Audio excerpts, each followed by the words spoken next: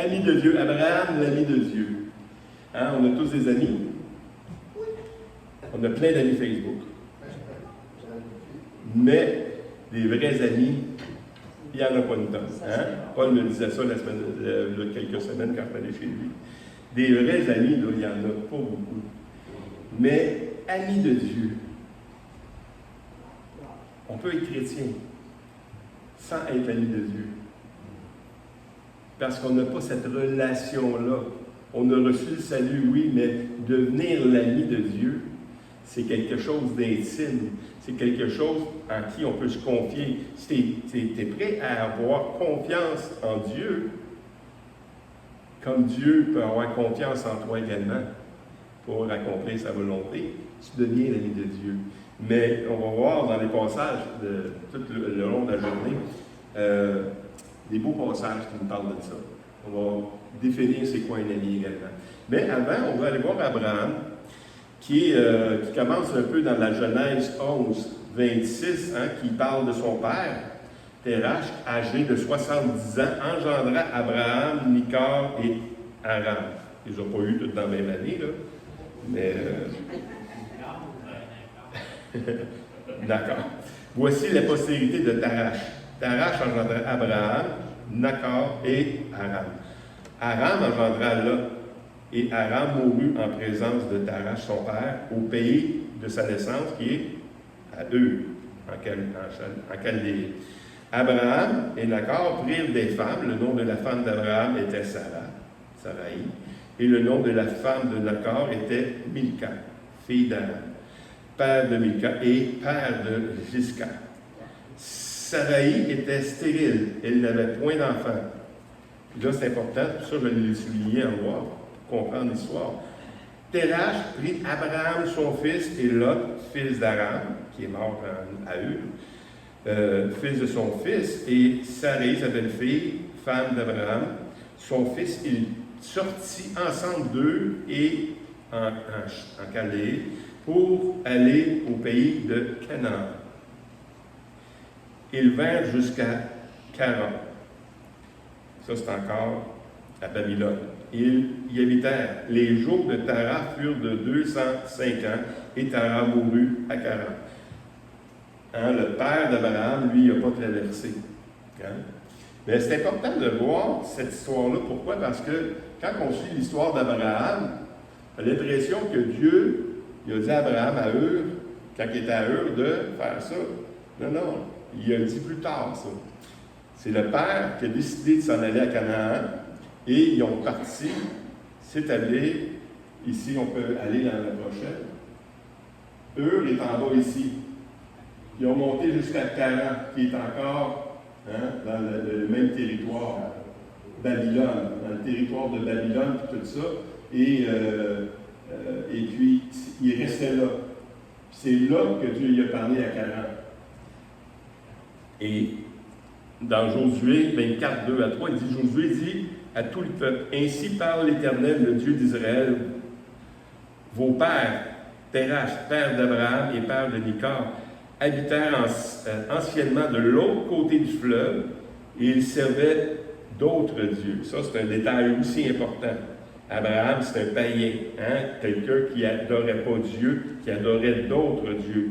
Je pris votre père Abraham de l'autre côté du fleuve, je le fis parcourir tout le pays de Canaan, je multiplierai sa postérité et je lui donnerai Isaac. Donc, c'est des promesses de même qu'il a faites, qui sont accomplies, mais on voit que Abraham, où il était quand il a reçu cette promesse-là, il était déjà en haut, de l'autre côté du fleuve. Parce que si vous avez remarqué, eux, si on peut revenir juste avant, eux, ils sont de ce côté ici de l'Euphrate. Ça, c'est le fleuve de l'Euphrate qui s'en va là. Il était de ce côté ici, mais il était rendu de l'autre côté. Dans Genèse 12, 1 à 2, ça, c'est la promesse. Une promesse que Dieu a faite, qu'on va y revenir. L'Éternel dit à Abraham, va-t'en de ton pays, de ta patrie et de ta maison, la maison de ton père, dans le pays que je te montrerai. Je ferai de toi une grande nation et je te bénirai, je rendrai ton nom grand et tu seras une source de bénédiction. On va juste arrêter ici parce que L'appel d'Abraham continue plus loin, mais on va voir.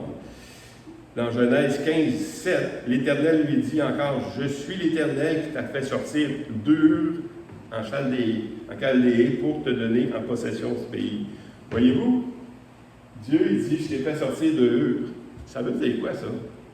Ça veut dire que Dieu prépare les choses d'avance.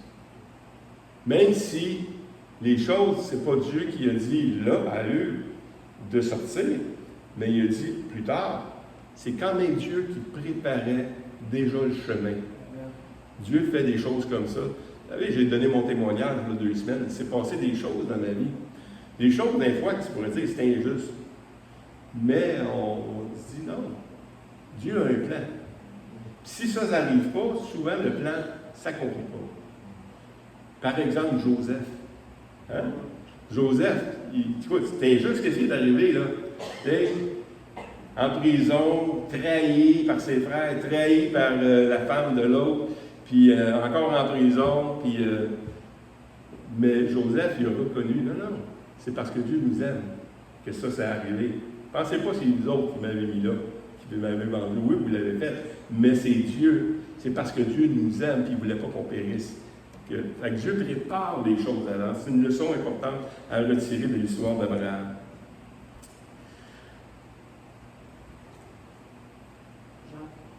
Jacques 2, 23 nous parle d'Abraham également, puis c'est la deuxième partie que je veux. Ainsi s'accomplit ce que dit l'Écriture. Abraham crut à Dieu, et cela fut imputé à justice. Il fut appelé ami de Dieu. Wow! Pourquoi il est appelé ami de Dieu? Parce qu'il a cru. Il a cru. Écoute, premièrement, nous, on connaît Dieu. Abraham connaissait Dieu quand il a parlé. Pas du tout. C'est un adorateur d'autres dieux. Et puis, Dieu, il parle, puis il obéit. Ça, c'est comme un enfant. Tu sais, un enfant, là, tu lui dis quelque chose, il te croit. Je ne parle pas quand tu es chicane. Mais si tu lui dis quelque chose, un enfant, normalement, ça te croit. Mon père me l'a dit, ma mère me l'a dit, c'est ça qui arrive, tu sais. Mais la foi d'Abraham, c'est une foi comme ça. Une foi qui a cru Dieu. Non seulement il l'a cru, mais il l'a mis en application tout de suite. Hein? Il l'a cru de 3 manières parce que Dieu l'a mis. Hein? Il l'a cru par rapport au lieu. Dans Hébreux 11, 8, c'est par la foi qu'Abraham, lors de sa vocation, obéit et partit pour un lieu qu'il devait recevoir en héritage et qu'il partit sans savoir où il allait. Il n'avait jamais été là, lui. Là. Hey, c'est vrai quelque chose, ça prend de la foi. Là, on entend des témoignages. Hein? Paul, on a entendu un témoignage quand on était à Montjoly, hein, le monsieur qui a parlé là, de l'ancien pasteur de Clermont-des-Chênes. Il a parlé de ça. Il dit, eux autres, là, ils ont eu l'appel. Va au Québec. Ils ne savaient pas c'était où le Québec. C'est quoi ça, le Québec, tu sais, en plus, là, tu sais. Fait qu'il a fallu qu'ils fassent des recherches pour savoir c'est où le Québec. Mais quand Dieu parle, il te dit, va-t'en à telle place. Ça prend de la foi. Puis ça prend de l'obéissance. Puis ils sont venus ici. Ça fait déjà 50 ans qu'ils sont dans le ministère au Québec. Ça, c'est la grâce de Dieu. Ça, c'est un appel de Dieu. Ça prend de la foi. Ça prend l'appel de Dieu. Ça prend l'appel quand Dieu dit des choses. Si Dieu dit des choses. Oui, mais moi, j'aurais le goût d'aller dans les Antilles. Mais si Dieu ne te dit pas d'aller dans les Antilles, ici, il ne va pas. Hein? La deuxième chose qu'Abraham il a fallu qu'il croie, c'est à la prospérité à ses enfants. Dans Romains 4, 18 à 21, espérant contre toute espérance. Ça, j'aime ça. Ça, j'aime ça de la manière c'est écrit. Hein? Espérant contre toute espérance. Ça veut dire quoi, ça? Tu n'y crois plus. Là. Tu sais, ça ne se peut plus. Dans le naturel, là, c'est impossible que ça arrive. Puis Dieu, Abraham, il avait cette foi-là. Espérant contre toute espérance. Il crut en sorte qu'il devint père d'un grand nombre de nations, selon ce qui lui avait été dit. Telle sera ta postérité, Et sans faiblir dans la foi, il ne considéra point que son corps était déjà usé, puisqu'il avait près de 100 ans, et que Sarah n'était plus en état d'avoir des enfants. Il ne douta point, par incrédulité au sujet de la promesse de Dieu, mais il fut fortifié par la foi, donnant gloire à Dieu et ayant la pleine conviction que ce qu'il promet, il peut aussi l'accomplir. Wow! C'est ça la foi. La foi, là, c'est d'avoir cette pleine conviction-là que ce que Dieu promet, il peut l'accomplir. Ça, là, c'est ça la foi. C'est un modèle, Abraham, hein? Un modèle pour nous, là. Tu sais, les autres, là, Seigneur, donne-moi des signes, donne-moi ci, donne-moi ça, tu sais. Non, non. Abraham dit, Dieu, il dit ça, il va le faire. Puis ça, là, on le voit x2 dans Hébreux 11, 17 à 18. C'est par la foi qu'Abraham a pris son fils Isaac. Ouh! Ça, c'est x2, ça. C'est pas juste, pars de chez toi, autant, je vais te bénir. Lorsqu'il fut mis à l'épreuve et qu'il offrit son fils unique, lui qui avait reçu les promesses et à qui il avait été dit, en Isaac sera nommé pour toi une postérité. Il pensait que Dieu est puissant, même pour ressusciter les morts. Ainsi le recouvra-t-il par une sorte de résurrection. Wow! Ça, là, qui est prêt à offrir? C'est facile d'offrir son fils, là. Ta vie. Est-ce qu'on est prêt à offrir nos vies pour Dieu? Si Dieu te demande, veux-tu te consacrer à moi? Veux-tu me servir? Ça prend de l'audace. Ça prend de l'audace parce que toute ta vie est basculée si Dieu ne tient pas ses promesses. T'es fait. Mais parce que tu crois en Dieu, les choses s'accomplissent. Comme on a lu dans le passage précédent, pleine conviction de ce qu'il lui promet, il peut aussi l'accomplir. Hein? C'est pour ça, dans Genèse 15, 8, il dit, à 15, 6, il dit, Abraham eut confiance à l'Éternel qui le lui imputa à justice. Ça veut dire quoi, ça? C'est que Dieu le considérait comme juste. Pas à cause des œuvres, à cause de la foi. C'est la foi qui fait qu'on est juste devant Dieu. On n'est pas juste à cause qu'on accomplit des choses. C'est ça. La religion veut nous emmener à faire des œuvres pour être juste. La foi, juste le fait qu'on ait la foi, on va le voir plus tard, et on ne le définira pas maintenant, mais on va le voir plus tard, que c'est par la foi qu'on devient juste. Dans Philippiens 3,9, hein, et d'être trouvé en lui, non avec ma justice, celle qui vient de la loi, mais avec celle qui s'obtient par la foi en Christ, la justice qui vient de Dieu par la foi. C'est à cause de Christ qu'on est juste. Mais nous le sommes. C'est pas on va devenir juste. On est juste. Puis si on n'est pas capable de se voir juste, on n'est pas capable d'accomplir ce que Dieu nous demande d'accomplir. Parce qu'on dit non, je ne mérite pas. Puis Satan il va te dire, tu vois bien que tu ne vaux pas la peine. Tu vois bien que tu n'es pas juste. Non, non. Si tu es juste, ce n'est pas à cause des actions. Ce n'est pas à cause de ta pureté. C'est à cause de Christ. Hein? Quand Pierre il a guéri le boiteux là, devant le temple, là, quand les gens avaient les regards sur lui, il dit, pourquoi vous avez les regards sur moi? Comme si ça venait de moi ou de la piété. Ça. Non, non. C'est au nom de Jésus-Christ de Nazareth que cet homme-là que vous voyez. Exactement. C'est lui. C'est pas avec notre justice, c'est avec sa justice à lui. Dans Galates 3, 5 à 9 et le verset 14. Celui qui vous accorde l'Esprit et coopère des miracles parmi vous, le fait-il donc par les œuvres de la loi ou par les prédications de la foi? Comme Abraham crut à Dieu et que cela fut imputé à la justice, reconnaissez donc que ce sont ceux qui ont la foi qui sont fils d'Abraham. Ainsi l'Écriture, prévoyant que Dieu justifierait les païens par la foi, a d'avance annoncé cette bonne nouvelle à Abraham. Toutes les nations seront bénies en toi, de sorte que ceux qui croient sont bénis avec Abraham, le croyant, afin que la bénédiction d'Abraham eût pour les païens son accomplissement en Jésus-Christ, et que nous ressuscions par la foi l'Esprit qui avait été promis. Wow! C'est clair, pas besoin d'en parler. C'est réglé. La deuxième partie de la bénédiction d'Abraham dans Genèse 12, on la voit ici. 12.3. Je bénirai ceux qui te béniront et je maudirai ceux qui te maudiront. Et toutes les familles de la terre seront bénies en toi. C'est la deuxième partie que je veux voir.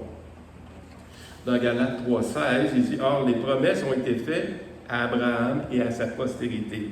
Il n'est pas dit et aux postérités, comme il s'agissait de plusieurs, mais en tant qu'il s'agisse d'une seule, et à ta postérité, c'est-à-dire à Christ. Dans Matthieu 8, on voit que, on a vu que dans les passages qu'on a passés vite, mais les Juifs se disaient fils d'Abraham. Hein?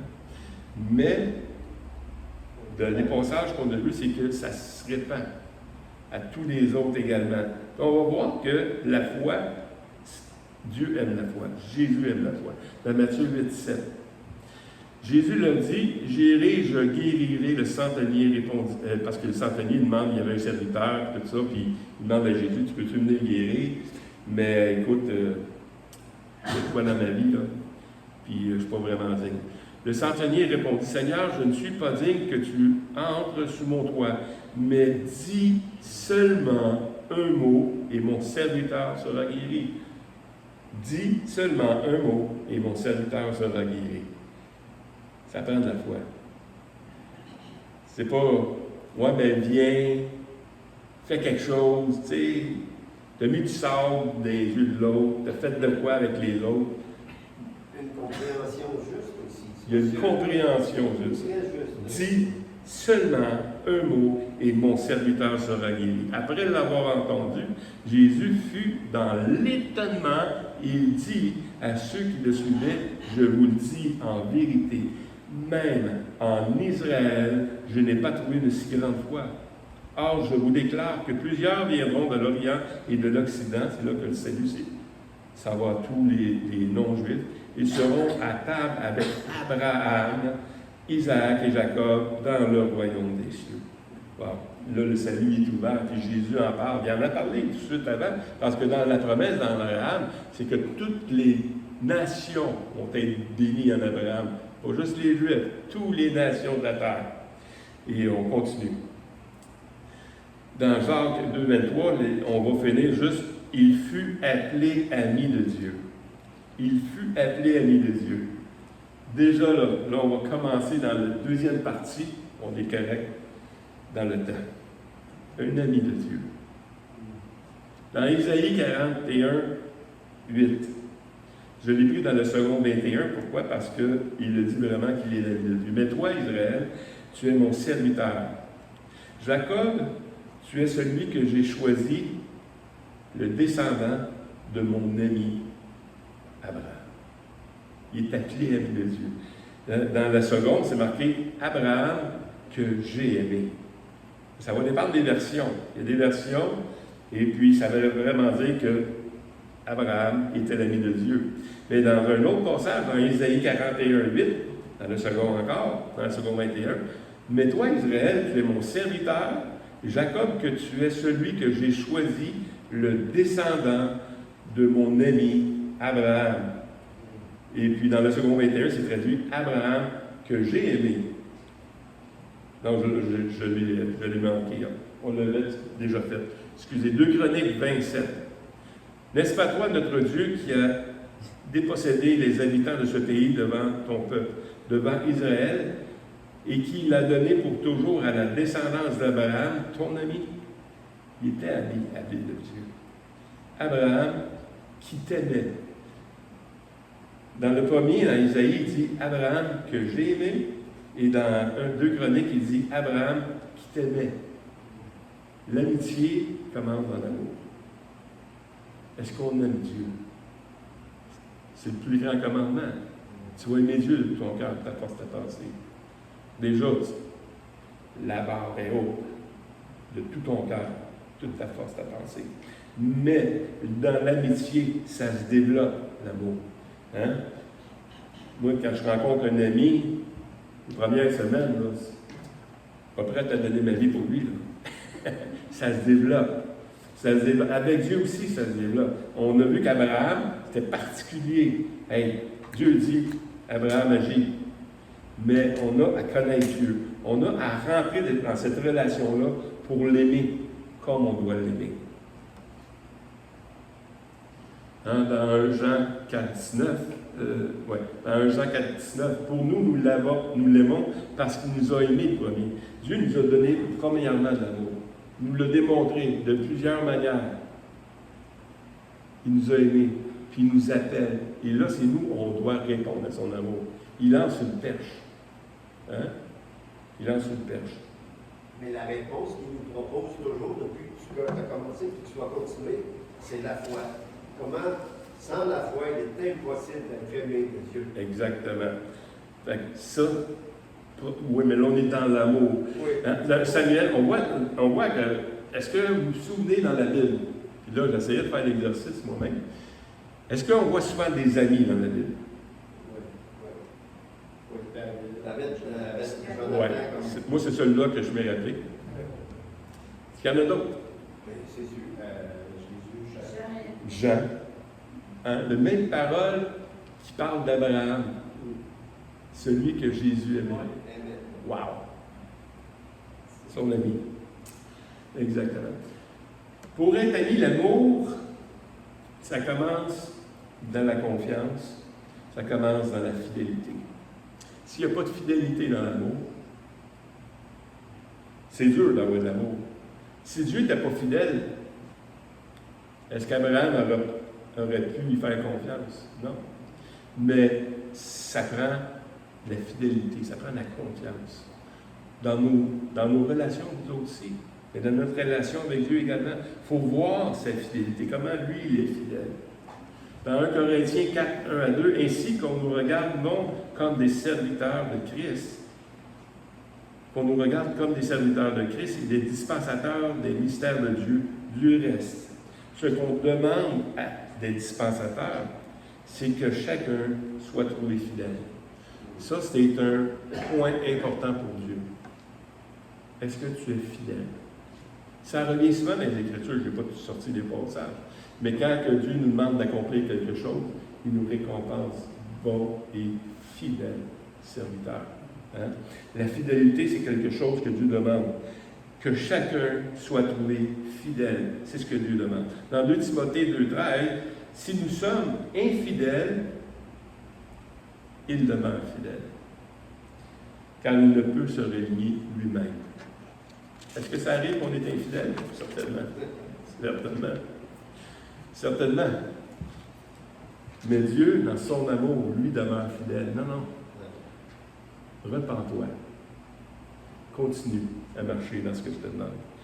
Dans 2 Thessaloniciens 3,3, le Seigneur est fidèle, il vous affermira, il vous préservera du malin. Wow! C'est lui qui nous rend fidèles. Si tu t'approches de Dieu, il change ta vie. Si ta vie n'est pas changée, c'est parce que tu n'es pas approché de Dieu.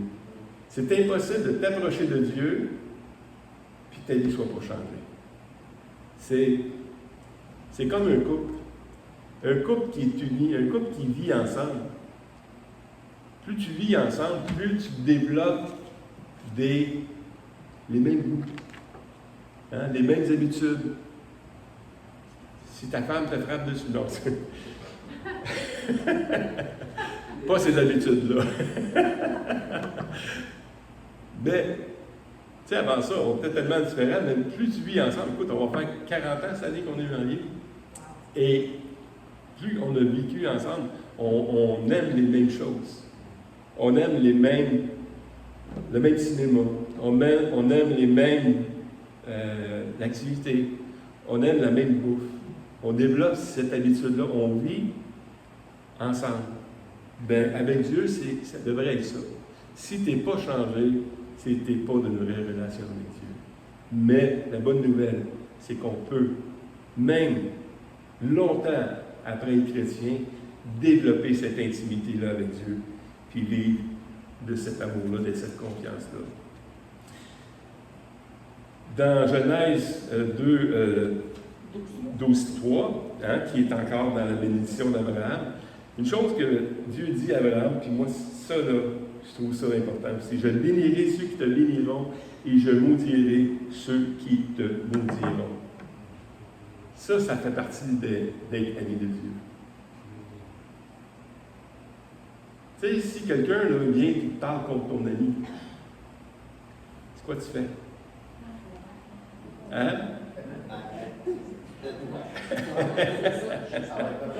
Mais s'il parle en bien de toi, oui.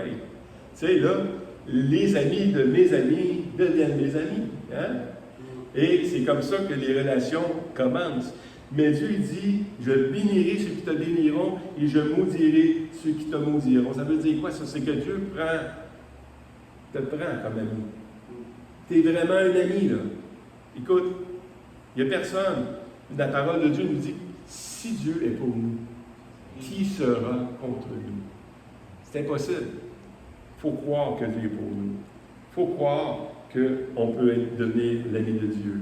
Dans le psaume 119, 63, je suis l'ami de ceux qui te craignent et de ceux qui gardent tes commandements, tes ordonnances. Hein? L'ami de mes amis sont mes amis. Mais les amis de Dieu sont mes amis aussi. Et on peut vivre cette relation-là intime avec Dieu, même d'intime personnel, mais intime aussi en communauté. Un autre point que j'ai remonté sur l'ami de Dieu, c'est qu'on peut parler selon la vérité. À un ami, si un ami est ton ami parce que tu le flattes tout le temps, tu dis comment il est gentil, puis comment est-ce qu'il a raison, puis comment est-ce qu'il est fort, puis...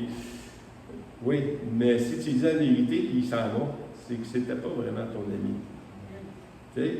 Parce que dans l'amitié, la vérité est importante. On a parlé de la fidélité, on parle de la vérité. Dans le Proverbe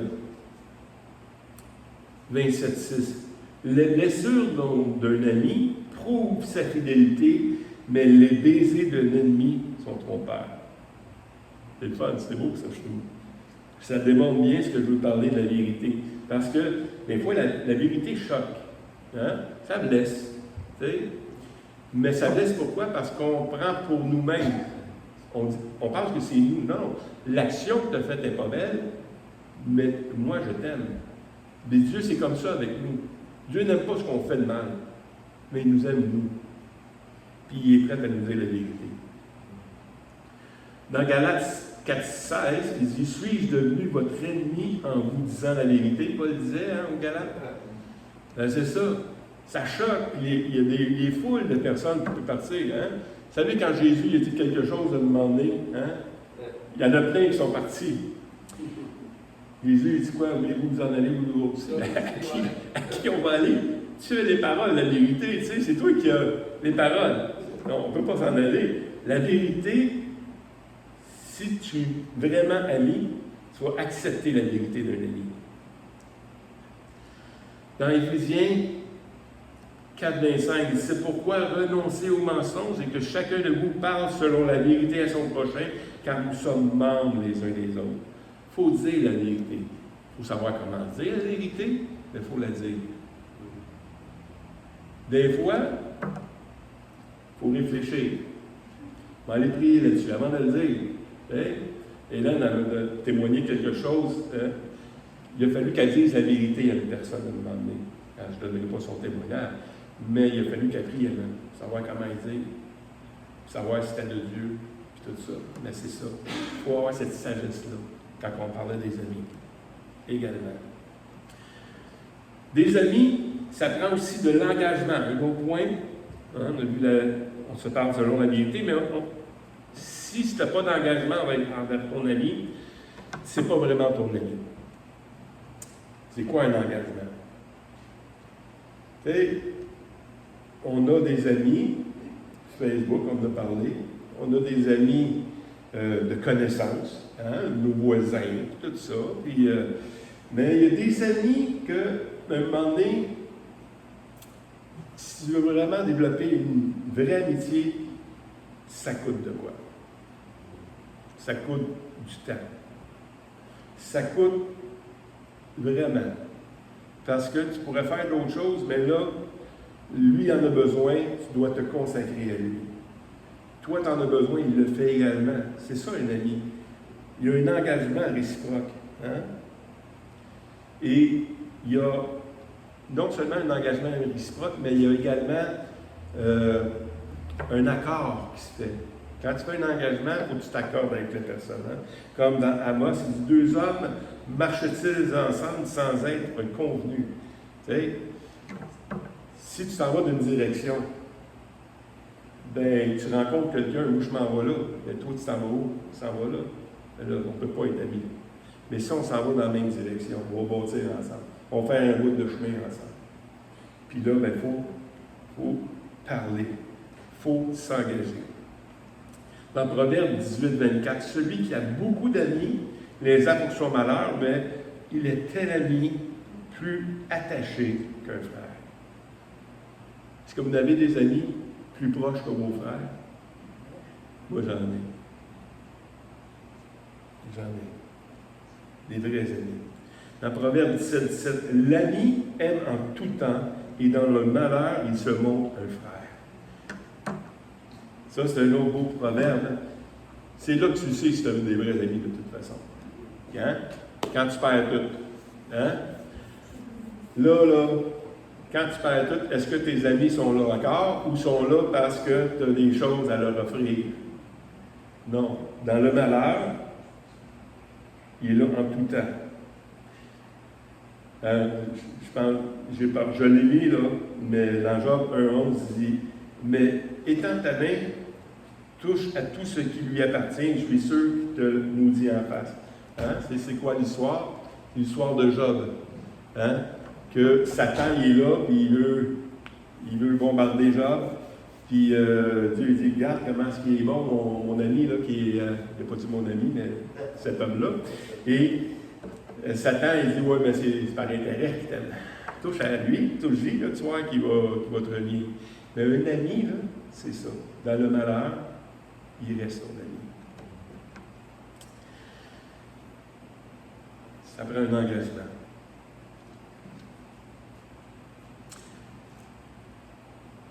On peut sauter la prochaine.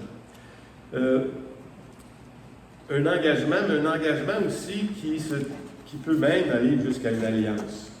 Hein? Il y a des amis d'alliance, des amis, puis des alliances, c'est comme des amis aussi, c'est des engagements. Il y a des alliances conditionnelles, puis il y a des alliances inconditionnelles. L'alliance que Dieu veut avoir avec nous, c'est inconditionnel. L'amour, l'amitié qu'on devrait avoir ensemble, c'est inconditionnel. Il y a des amis d'affaires. Si tu le fais, gratte-moi le dos, va te gratter le dos. Hein? Ça, c'est conditionnel. Inconditionnel, c'est peu importe. Peu importe où tu t'es rendu dans ta vie, on va rester amis et on va faire le bout de chemin ensemble. Ça, c'est une alliance. Avec Abraham, il y a eu, premièrement, l'alliance, on va juste la relire au complet. L'Éternel dit à Abraham, va-t'en dans ton pays, dans ta patrie et dans ta maison, la maison de ton père, va-t'en de là, dans le pays que je te montrerai. Je ferai de toi une grande nation, je te bénirai, je rendrai ton nom grand, tu seras une source de bénédiction. Je bénirai ceux qui te béniront, je maudirai ceux qui te maudiront, et toutes les familles de la terre seront bénies en toi. Ça, c'est le terme de l'alliance.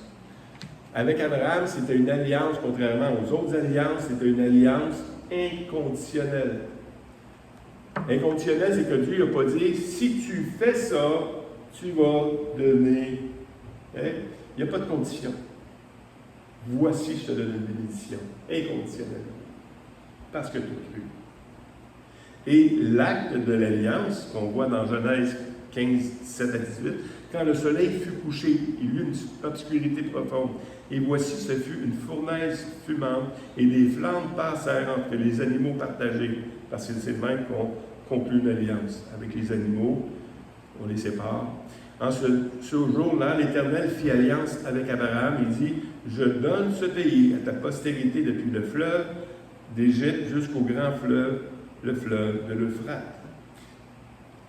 Inconditionnel encore. Il n'y a pas de condition. Il y a eu le signe de l'alliance. Hein, il y a beaucoup de passages que je passe d'Abraham, parce qu'on n'avait pas le temps.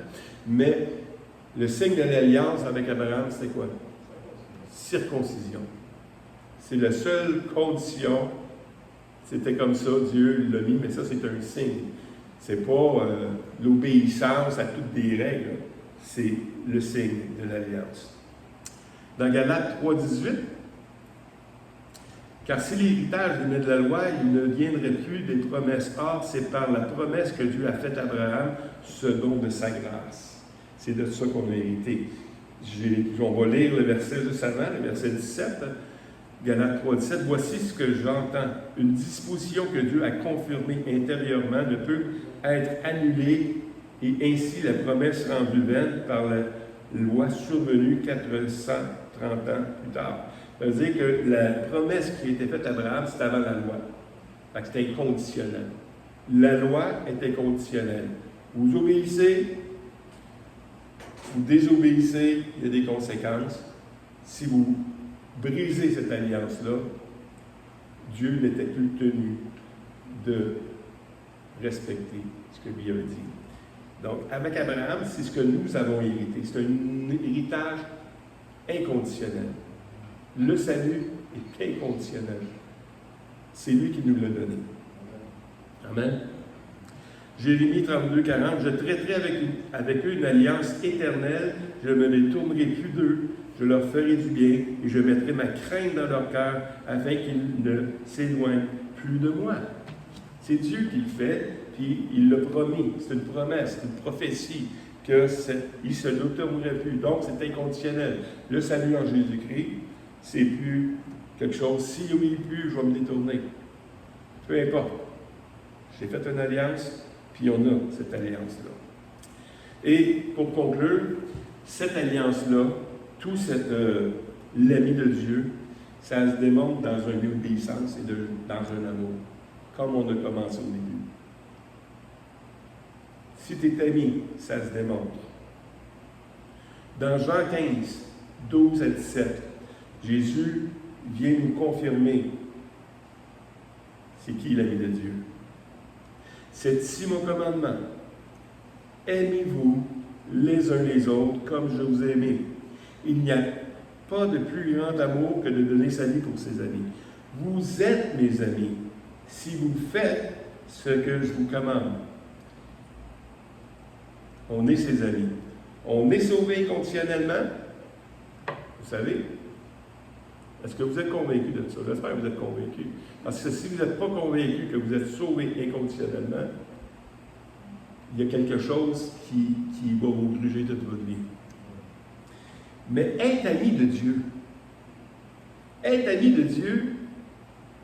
y a une condition pour être ami de Dieu. Et plus qu'une condition, ça prend de la foi. Sans la foi, comme Stéphane a dit, il est impossible de lui être agréable. Et deuxièmement, ici, il dit, sommes rendus, si vous faites ce que je vous commande, je vous appelle plus serviteur. On a vu que serviteur, c'est quelque chose. Mais il ne vous appelle plus serviteur parce que le serviteur ne sait pas ce que fait son maître, mais je vous ai appelé ami. Parce que je vous ai fait connaître tout ce que j'ai appris mon Père. Ce n'est pas vous qui m'avez choisi, mais moi je vous ai choisi et je vous ai établi afin que vous alliez et que vous portiez du fruit et que votre fruit demeure, afin que ce que vous demanderez au Père en mon nom, il vous le donne. Ce que je vous commande, c'est de vous aimer les uns les autres. Wow! Il ne demande pas grand-chose. Il nous demande de nous aimer. Pourquoi Dieu nous dit? Il dit, si c'est mon ami, tu vas m'aimer. Mais là, il dit, si c'est mon ami, tu vas aimer les autres. Wow! Parce que c'est ça qui est important. Parce que Jean dit quelque chose, ça résonne souvent dans nos têtes. Dans Jean 4, 20, 21, il dit, si quelqu'un dit, j'aime Dieu et qu'il haïsse son frère, c'est un menteur. Car celui qui aime n'aime pas son frère qu'il voit, comment peut-il aimer Dieu qu'il ne voit pas? L'amour de l'amitié qu'on a envers Dieu se démontre ici. Ça ne démontre pas à genoux, tu sais, de manière pieuse. Ah, lui, il est proche de Dieu, tout ça. Non. Tu veux être proche de Dieu? Aime ton prochain. Aimez-vous les uns les autres. Tu fais ça, tu es mon ami. Jésus dit. Tu ne fais pas ça, tu n'es pas mon ami. Amen. Ah, Seigneur Dieu, merci pour ta parole.